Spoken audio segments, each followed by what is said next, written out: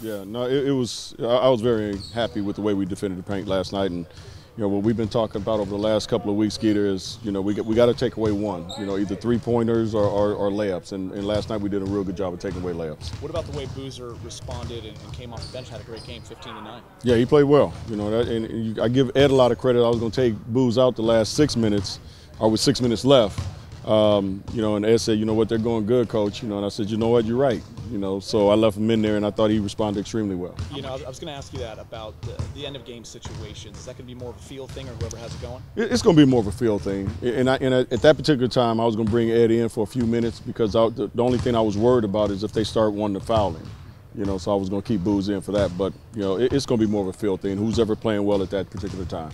Byron, I think you hit on this last night after the game, but how much Kobe as point guard will we be seeing from now? I don't know right now, but you will see it again. I thought it was very effective. It's something I've been thinking about. I've done it a couple of other games, and I thought it worked out pretty well. So I don't know if you're going to see it on a regular basis, but I'm pretty sure you're going to see it in the next 3 games. Out of those 3 games, you're probably going to see it at least twice. I don't know. It just kind of depends on the situation, but. I feel real good when the ball's in his hands. Yeah, I feel real good when it's in his hands because, number one, he can get his own shot, obviously, and number 2, he can create shot for his teammates. And he did a real good job of both of those things last night. Could you ever see yourself starting a game that way? Thought about it. Really? Yeah, I have. I've thought about starting him at the point. But, and I even talked to him about it, but I told him, I said, you know what, I'm thinking about it, but I'm not there yet. So, yeah, I have thought about it. What would it take? I don't know yet. To be honest with you, I really don't. I don't know what it would take for me to do that, but the way we're starting right now, the starting unit, I think on the defensive end is playing better. So I'm gonna stick with that. Like I said, I want a small sample of that. 15, 20 games, and then I'll look at other options if that's not working. Byron, Kobe has done that sometimes in the past as far as his responsibilities. Well, what kind of triggered the idea? I don't know, really. I was just kind of watching it go, and then I was like, Jeremy's struggling, Ronnie's struggling. My only thought process, as far as that was concerned, was who was going to guard, Darren Collison.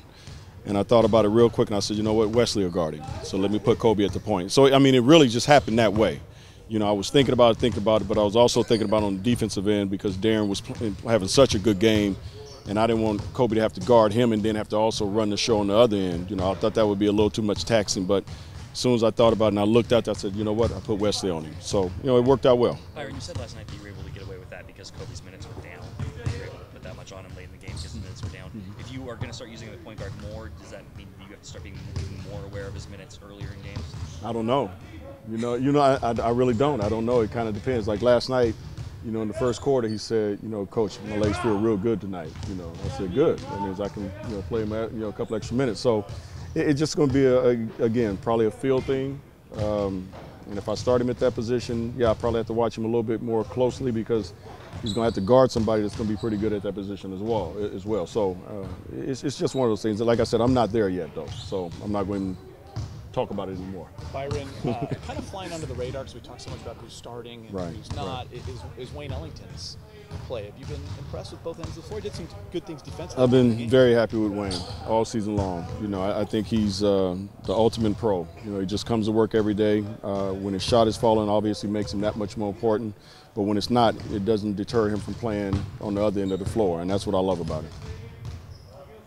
Flip side, how does Ronnie and Jeremy adjust to that new dynamic moving forward as far as when Kobe's playing the point?